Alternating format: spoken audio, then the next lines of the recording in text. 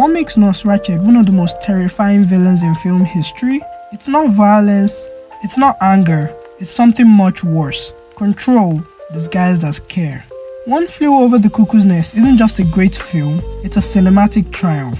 One of the few to win Best Picture, Best Actor, Best Actress, Best Screenplay, and Best Director at the Oscars. Adapted from Ken Kesey's novel, the movie critiques how mental institutions treated patients in the 1960s, showing a system designed not to heal, but to control. At the heart of this story is the clash between two ideologies, freedom and conformity. On one side, we have Randall McMurphy, played by Jack Nicholson, and an energetic, rebellious man who fakes insanity to escape prison time. On the other, we have Nurse Ratched, the cold and calculated head nurse who maintains absolute control over the ward under the guise of order and routine. The battle is more than just a conflict. It's a war over the souls of the patients. At first glance, Nurse Ratched doesn't seem like a villain in the traditional sense. She isn't outwardly cruel, she doesn't scream, she doesn't physically harm anyone. So why is she so terrifying? Because her control is quiet, insidious, and absolute. She runs daily therapy sessions that, on the surface, seem like opportunities for the patients to express themselves. But in reality, these meetings are designed to humiliate them. She exploits their insecurities, subtly reinforcing the idea that they are broken, unworthy, and in need of our authority.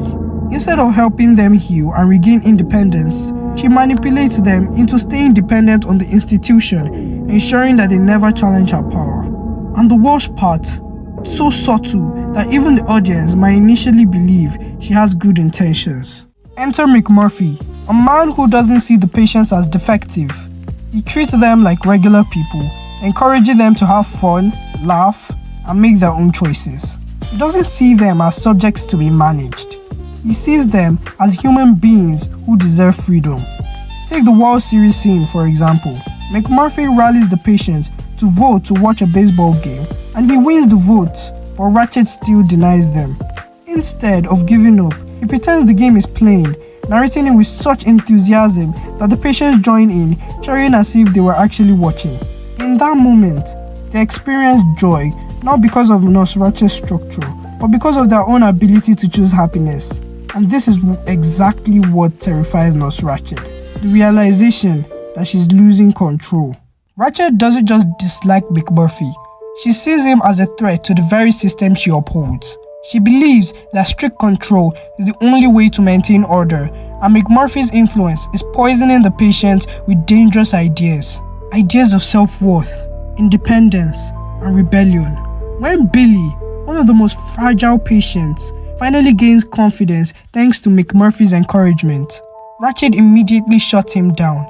She bullies him, weaponizing shame and fear until he breaks. And when he ultimately takes his own life, it's clear her methods don't help people. They destroy them. McMurphy, overcome with rage, does what every audience member wants to do. He attacks her. But even then, her control remains. Though she loses her voice, she doesn't lose her grip on the system. McMurphy is lobotomized and order is returned. Nurse Ratched isn't terrifying because she's loud or aggressive. She's terrifying because she's real. Her cruelty is wrapped in professionalism, her tyranny hidden behind a polite smile. She represents every system, every authority figure that values obedience over individuality, control over true care. Louise Fletcher's Oscar-winning performance made her one of the most unforgettable villains in cinema history. And decades later, her character still sparks debate. Was she just doing her job, or was she something far more sinister? So what do you think? Was Nurse Ratched a necessary authority figure, or was she the true villain of the story? Let me know in the comments, and don't forget to like and subscribe for more deep dives into film psychology. Bye-bye. Bye-bye. Bye-bye. Bye-bye now. Bye.